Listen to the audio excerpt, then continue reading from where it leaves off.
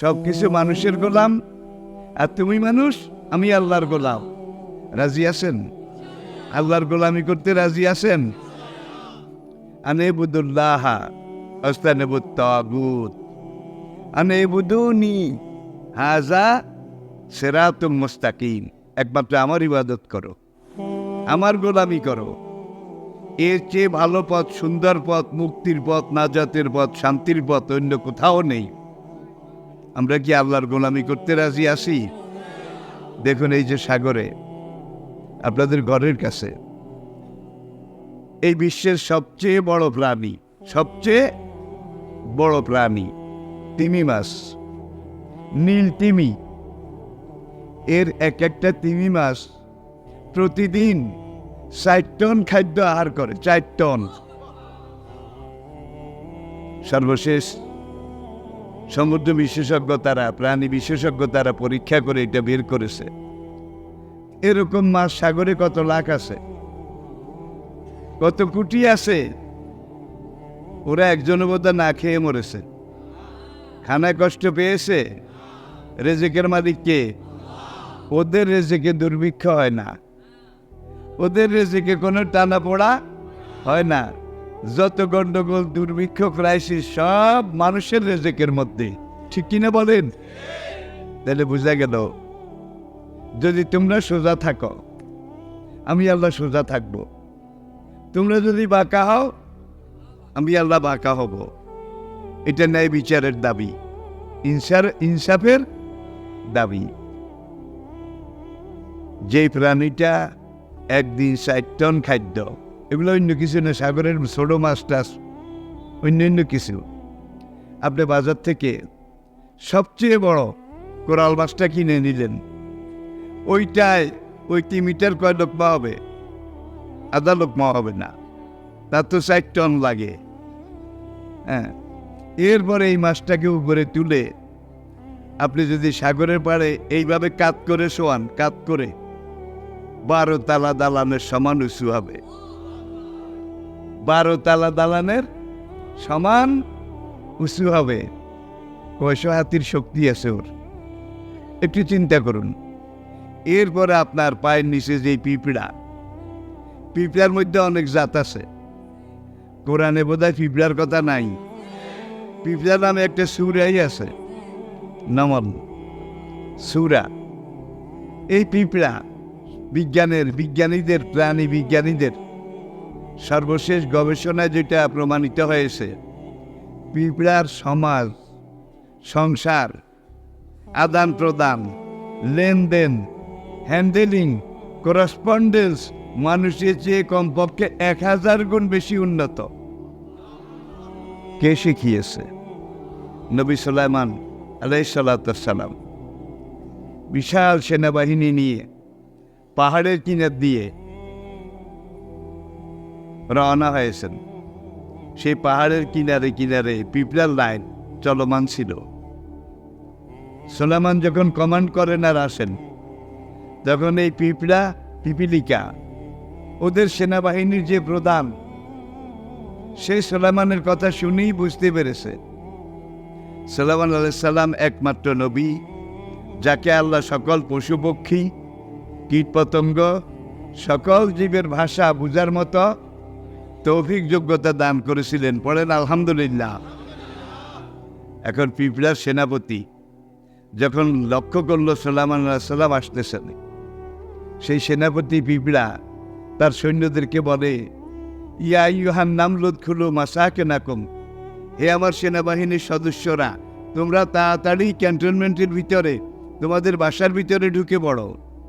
লা ইয়াহতিমান্নাকুম সুলাইমানু ওয়া জুনুদুহু, সুলাইমান তার বিশাল সেনাপতি নিয়ে, সৈন্য সামন্ত নিয়ে এই পথে আসতেছে। যদি তোমরা এখনই গর্তে ঢুকে না যাও, তোমরা তো ছোট জিনিস, সুলাইমান তোমাদেরকে কাউন্ট করবে না, ডিসকাউন্ট করবে। এরকম ছোট জিনিস পায়ের তলায় যদি নিষ্পেষিত হয়, হোক না। অহম লা ইয়াশুরুন, আমারও যে একটা রাজত্ব আছে, কমান্ড আছে, সেনাবাহিনী আছে, একটা সমাজ আছে, দেশ আছে, এটা সুলাইমান আর তার লোকেরা বোঝে না। কথাটার মধ্যে কিন্তু একটু খোঁচা আছে। গুতা বুঝেন, পিন বুঝেন, পিন। একটা পিঁপড়া নবী সুলাইমান, তিনি বাংলাদেশের বাদশাহ সমান নাকি? সারা দুনিয়ার বাদশাহ ছিলেন, সারা দুনিয়ার বাদশাহ ছিলেন। শুধু মানুষের নাকি জিনের, দৈত্য দানবের, গাছের, মাছের, পিপিলিকার, আল্লাহর পুরা সৃষ্টির উপরে আল্লাহ তাকে নিয়ন্ত্রণ দিয়েছিলেন। লা ইয়ামবাগি লিআহাদিন বাদি, রব্বুল আলামিন তুমি আমাকে এমন একটা রাজত্ব দাও যে রাজত্ব আমার পরে কিয়ামত পর্যন্ত কারো যেন হতে না পারে, এত বড় রাজত্ব দাও। আলাম্মা বালাগা আশুদ্দাহ, শিশু সুলাইমান যখন যৌবনে পৌঁছলেন, যৌবন শুরু, টিন এজ, 13, 14, 15, 16, 17, 18, 20, এই টিন এজ যেটাকে বলা হয়, খুব ডেঞ্জারাস সময়। কিন্তু এই সময় যদি সন্তানদের দিকে খেয়াল করতে না পারেন, খেয়াল রাখতে না পারেন, তাহলে কিন্তু আগর মগর, কোনখানে কোন পথে কোন দিকে কোন খাতে যায় এটা আপনি খুঁজেও ধরতে পারবেন না। এটাকে বলা হয় আধুনিক স্বাস্থ্যবিজ্ঞানে ডেঞ্জারাস এজ, সবচেয়ে বিপজ্জনক। তো সুলাইমানের বয়স তখন 12 পার হয়েছে। দাউদ আলাইহিস সালাম তিনি বাদশাহ, তবে দাউদ, পিতা দাউদ সুলাইমানের আব্বা, তার রাজত্ব কিন্তু সুলাইমানের মতো এত বড় ছিল না। দাউদ আলাইহিস সালামের রাজত্ব ছিল ফিলিস্তিন থেকে শুরু করে বর্তমান উত্তর ইরাক, মৌসেল পর্যন্ত, ফিলিস্তিন থেকে মৌসেল। আর সুলাইমানের রাজত্ব কদ্দুর? সবকিছু, শুধু মানুষ না, সবকিছুর উপরে। আল্লাহু আকবার। তো দাউদ আলাইহিস সালামের কাছে একটা সালিশ আসলো, আরো সালিশের কথা কোরআনে আছে। মহিলা 2 জন, বাচ্চা একটা। মহিলা 2 জন, বাচ্চা একটা। ঘটনা ছিল এই 2 মহিলা পাহাড়ি এলাকায়, পাহাড়ের ডালে ঝুপড়ি বানিয়ে, ঝুপড়ি, গরিব, নিঃস্ব, রিক্ত, তারা সেখানে বসবাস করত। 2 মহিলার স্বামীর কথা কিন্তু কোনোখানে উল্লেখ নাই, কোনো তাফসিরও নাই। 2 মহিলা, দিস এনাফ। প্রত্যেকদিন ছোট বাচ্চা, শিশু করে করে তারা ওই পাহাড়ের ডালের ঝুপড়ি থেকে বের হয়ে পাশে কিছু অবস্থাপন্ন লোক, তাদের এখানে এসে ঝির কাজ করত। ঝির কাজ বুঝেন তো? দোয়া পালা, কাটাকুটা, রান্না বান্না, এগুলা করত। করে আবার বিকেলবেলা এই বাড়িওয়ালা যে কিছু খানা টানা দিত পারিশ্রমিক হিসাবে, এগুলো পোটলা বেঁধে নিয়ে বাড়িতে চলে যেত। এখন ওই বড় লোকের ঘরে কাজ করতে গেলে, বাচ্চা নিয়ে গেলে কিন্তু কাজে ডিস্টার্ব হয়, ঘরের মানুষ বিরক্ত হয়। তোকে এনেছি কাজ করার জন্য, তুই একটা গ্যাঞ্জাম সঙ্গে করে নিয়ে এসেছিস, কাজের ব্যাঘাত হয়, দৃষ্টিকটু। যার জন্যে দোনো মহিলা পরামর্শ করে পাহাড়ের ডালে এক জায়গায় কিছু খুঁটা, এগুলো নিজেরা গেড়ে কিছু পাহাড়ি খড় সন্টন দিয়ে একটা ছোট্ট খোয়ারের মতো বানিয়ে 2 মহিলা বাচ্চা এই বেড়ার ভিতরে, গন্ডির ভিতরে রেখে গৃহস্থের বাড়িতে যেত। আবার সেখান থেকে কাজ করে যার যার বাচ্চা নিয়ে ঘরে বসত। ঘটনাক্রমে একদিন একটা বাঘ পাহাড় থেকে এসে 2টা বাচ্চার একটা বাচ্চা কামড়ায় নিয়ে গেল। 2 মা তো কাজে, বিকেলে এসে 2 মা যখন ওই জায়গায় দেখলো, তাকালো, দেখে যে বাচ্চা একটা, আরেকটা নাই। এখন 2 মা এটা নিয়ে, এক মা বলে বাচ্চা আমার, আরেক মা বলে না তোমার নয়, আমার। এটা নিয়ে দাউদ আলাইহিস সালামের কাছে সালিশ। এখন দাউদ আলাইহিস সালাম তিনি এই বিচার করতে গিয়ে বাচ্চা আসলে কার, এই যুগে তো রক্ত পরীক্ষা আছে, ডিএনএ পরীক্ষা আছে, কত সূক্ষ্ম সূক্ষ্ম পরীক্ষা নিরীক্ষা আছে, কোন মায়ের সাথে রক্ত মিলে, জিন মিলে, ঠিক কিনা বলেন? তখন তো কিছুই ছিল না। তখন দাউদ আলাইহিস সালাম খেয়াল করলেন এই দুই মহিলার, যে মহিলার বয়স একটু বেশি, সে কিন্তু একটু নাটক ফাটক ভালো জানে। সে কথা বলার শুরুতে কাঁদে, আমার সোনার ছেলে, আমার নারী শিরা ছেলে, আমার কলিজার টুকরা, এইবার হাউ করে কান্দে। এ কিন্তু আসলে মা নয়, এ কিন্তু মা নয়, বয়স একটু কম সেই মহিলা ছিল আসল মা। এই বেচারি এত নাটক ফাটক জানেও না, বোঝেও না, করেও না। এইভাবে 3 বার দাউদ আলাইহিস সালাম জিজ্ঞাসা করলেন। একটু বেশি বয়স্কা মহিলা 3 বার কেঁদে কেঁদে রুলাজারি করে এমন কান্দা কান্দে, আর ওই ছোট যার আসলে বাচ্চা সে এরকম কান্দাটা না, নাটক ফাটক এগুলা বোঝে না। এখন সুলাইমান মনে করলেন যে বেশি কান্দে নিশ্চয়ই বাচ্চা তার, যে বেশি কান্দে নিশ্চয়ই বাচ্চা তার। দাউদ আলাইহিস সালাম ওই বেশি কান্দে সেই মহিলাকে বাচ্চাটা দিয়ে দিলেন। কি আর করা যায়, দোনো মহিলা। এখন বড় মহিলা বাচ্চা নিয়ে হাসতে হাসতে খুশি হয়ে বাসার বাড়ির দিকে যায়। ছোট মহিলা পিছন দিয়ে দৌড়ায়, বোন বাচ্চা তোকে সালিশ করে বাচ্চা দিয়েছে, আমার কিছু বলার নেই, কোনো সে নাই, আমার কোনো আপত্তি নাই, তুমি বাচ্চা নিয়ে যাও, কিন্তু আমার এই কলিজে ছেঁড়া বাচ্চা শেষবারের মতো তুমি একটু দাঁড়াও, আমি চোখ দুটো দিয়ে এক নজর দেখি। বটের তুল্য ছায়া নাই, মায়ের তুল্য মায়া নাই, একটা প্রবাদ দেশব্যাপী, আপনারা জানেন। এখন ছোট্ট মহিলা বলে, আমাকে শুধু এক নজর দেখতে দাও, তারপরে তুমি নিয়ে যাও, বাচ্চা দিয়েছে, আমার কিচ্ছু বলার নেই। কয় না, তোকে দেখতেও দেব না। দেখছেন, এখন এইটা নিয়ে বাগ বিতণ্ডা। সুলাইমান আলাইহিস সালাম রাজপ্রাসাদ থেকে বের হয়েছেন, বের হয়ে রাজ দরবারের দিকে যাবেন। পথের মাঝখানে দেখেন যে 2 মহিলা তর্ক বিতর্ক করে।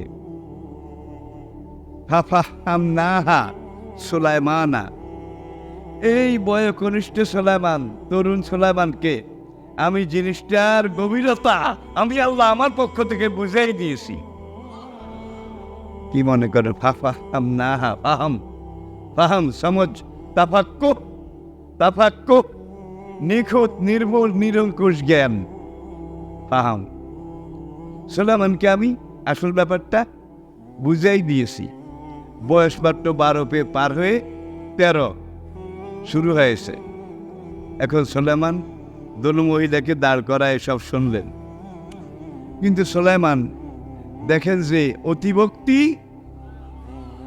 যে বড় মহিলা কান্দে, তার কান্দার মধ্যে কেমন যেন একটা সাইকোলজিক্যালি, মানসিকভাবে সুলাইমান কেমন যেন একটা জিনিস অনুধাবন করলেন। এখন বলে, ঠিক আছে, তোমরা দুজন আসো আব্বুর কাছে, আবার আমরা যাই। আব্বুর কাছে গিয়ে তোমাদের হয়ে আমি কথাটা বলবো। দোনো মহিলা এইবার দাউদ আলাইহিস সালামের কাছে গেলেন। যাওয়ার পরে সুলাইমান বলে, আব্বা কি সালিশ করেছেন? যে বেশি কাঁদে তারে বাচ্চা দিছি। সুলাইমানকে তার নাও তো হইতে পারে, না হইলে এত কান্দে কেন? এর আগে আরেকটা গ্রামীণ সালিশ, একজনের ছিল শস্য ক্ষেত, আরেকজনের ছিল ছাগল। এটাও কোরআনে।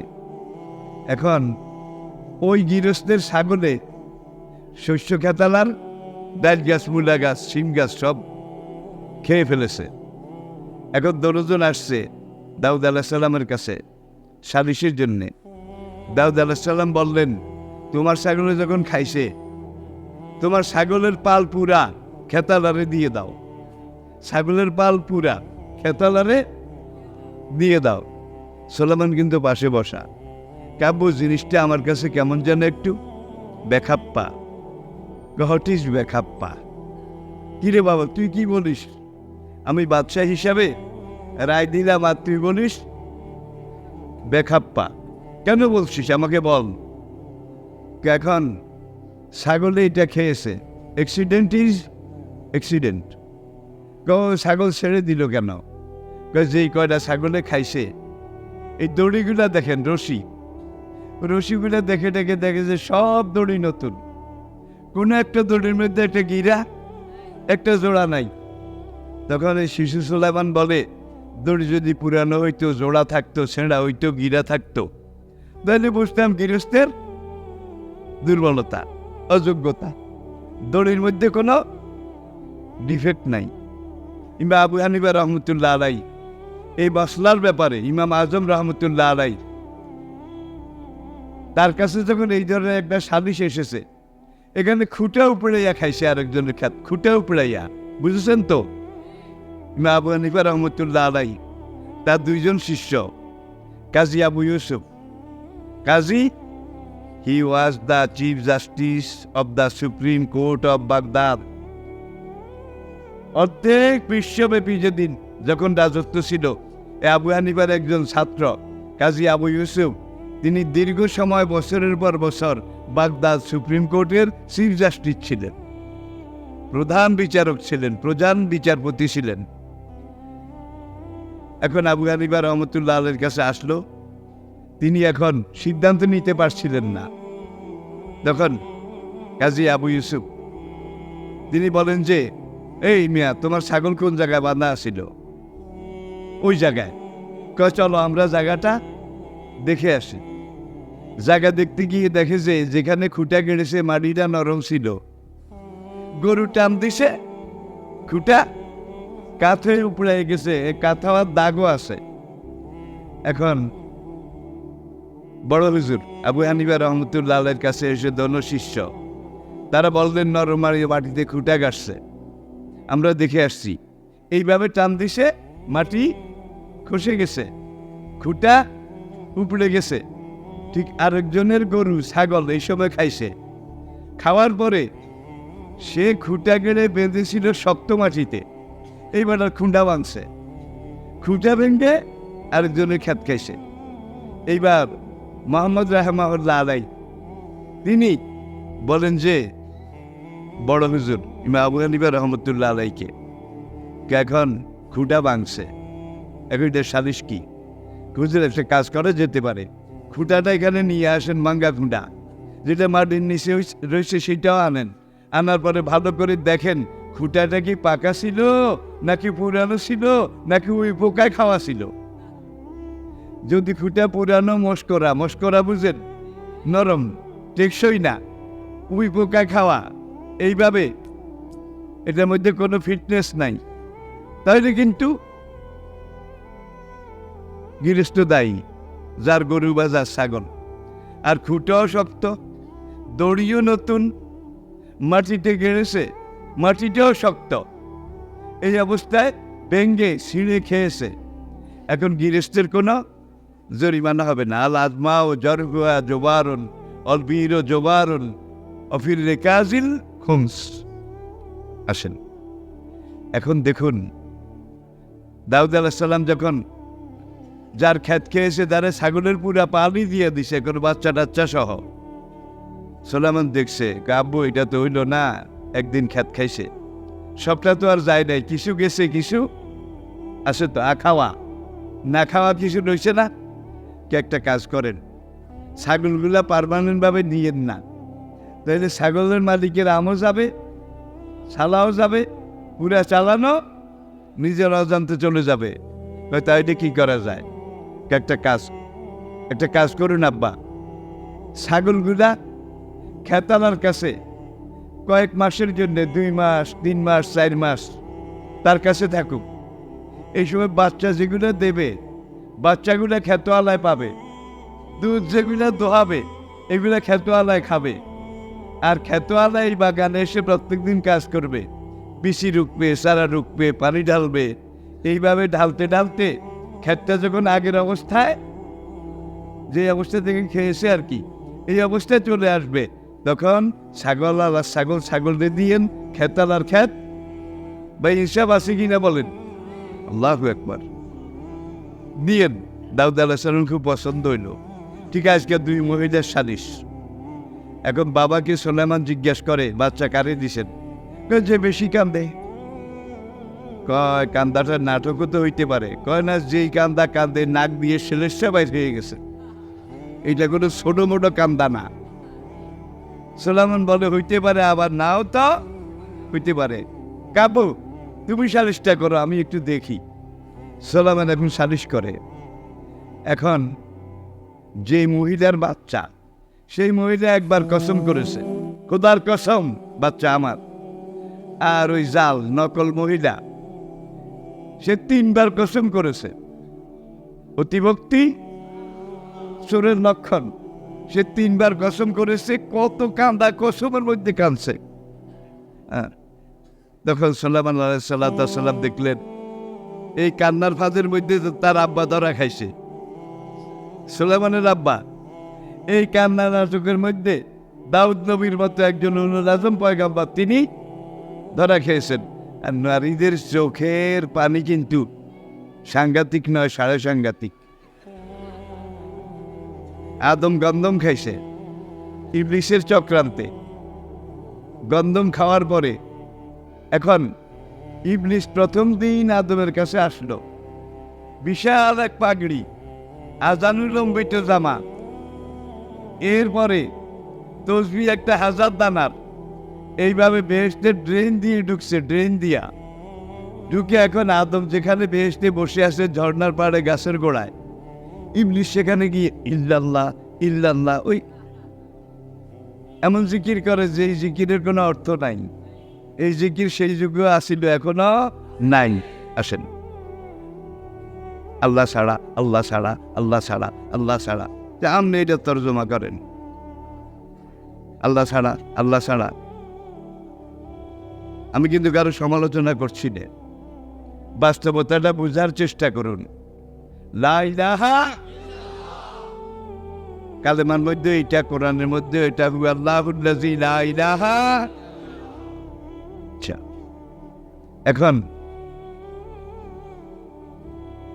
দাউদ নবী বলেন, আব্বু দেখ এই মহিলা বেশি কান্দে, আগেও বেশি কাঁদছে বাচ্চা দিছি। সুলাইমান এবারও কয় হতে পারে, আবার কাছে তুই কর। এখন সুলাইমান আবার দোনো মাকে জিজ্ঞেস করেছে ওই আগের মতো, নকল মা বেশি কান্দে, বেশি কসম করে, আসল মা কান্দেও না, অতি শোকে পাষাণ, অতি শোকে পাষাণ। এখন সুলাইমানের কেমন যেন ব্যাপারটা মনোপ্রত হয় না, হতে পারে আবার। সুলাইমান তখন বললেন, জাল্লাদ তুম কাহা হো, তলোয়ার দে আও। ভাই ভাই রাজদরবারের জল্লাদ। এখন জল্লাদ এসে তলোয়ার বাইর করে, জু হুকুম মহারাজ, হুকুম দেন, হুকুম মতো কাজ হবে। এখন জল্লাদ তলোয়ার বের করেছে। সুলাইমান এইবার বলে, সত্যি করে বলো বাচ্চা কার? দোনো মহিলা কসম করেছে। এক মহিলার কসম সত্য, আরেক মহিলার কসম নাকি দোনোজনের সত্য, দোনোজনের মিথ্যা? বাচ্চা তো সাক্ষী, এখন কসম ছাড়ে না। যার বাচ্চা না সে একেবারে কসম একবার কোরাইয়া কোরাইয়া কসম করে। সুলাইমান বলে, জল্লাদ ইধর আ যাও, ये 2 माँ हैं, मैं किसको बच्चा दूंगा? इंसाफ की ये तकाजा है, तुम तलवार की एक वार से इस बच्चा को 2 टुकड़ा कर दो, एक वार से 2 टुकड़ा कर दो, एक टुकड़ा इस माँ को, दूसरा टुकड़ा उस माँ को दे दो। भाई नकल माय कय কাইটটা হইল দেন, অর্ধেক হইল নিমু। লেখে যে কথা, কাইটটা হইল দেন, অর্ধেক হইল নিমু। আসল মাছ যে তার চোখ দিয়ে কিন্তু এই সময় পানি পড়া শুরু হয়ে গেছে। This is psychology, this is psychology. সে শুধু কাঁদে, আর ওই বুড়ি কতক্ষণ পরে দেন দেন হুজুর দেন, কাইটটা দেন, অর্ধেক দেন। এইবার সুলাইমান আলাইহিস সালাম বলে, আব্বা এইবার আপনি বুঝেন, যেই বেডিকা অর্ধেক হইল নিমু কাইটটা দেন, সেই ব্যক্তি কোনোদিন মা হতে পারে না। সে ডাইনি, সে রাক্ষসী। এমন সময় ওই ছোট মহিলা সে এসে সুলাইমানের পার উপরে পড়লেন, বাচ্চা হুজুর আপনি আপনার রাজকুমারকে থামান। রাজকুমার চিনছেন তো? সৌদি আরবে ক্রাউন প্রিন্স, ক্রাউন আপনি আপনার প্রিন্সকে থামান। কয় কি হয়েছে? আমার বাচ্চা না, ছেড়ে দিলাম, উদ্র করলাম। এই বাচ্চাটাকে কাটতে নিষেধ করে। একবার আসলো গোটা ওই মাকে দিয়ে দেন, তারপরেও কাটিয়েন না, বাচ্চাটা জীবিত থাক। এখন কোন মা আসল মা আপনারাই বলেন। রোগীখালী মাদ্রাসার প্রিন্সিপাল ছিলাম যখন, আমি রোগীখালী মাদ্রাসাতে 11 বছর প্রিন্সিপালের দায়িত্ব পালন করেছি। এর আগে রায়পুর আলিয়া মাদ্রাসায় 19 বছর বুখারি পড়াইছি, মুহাদ্দিস হিসাবে দায়িত্ব পালন করেছি। আল্লাহ শুকর। আসুন, এখন ওই মাহফিল ছিল চকরিয়া একটা জায়গাকে দরবেশ কাটা, নাম শুনছেন কিনা জানি না, দরবেশ কাটা, সেখানে মাহফিল।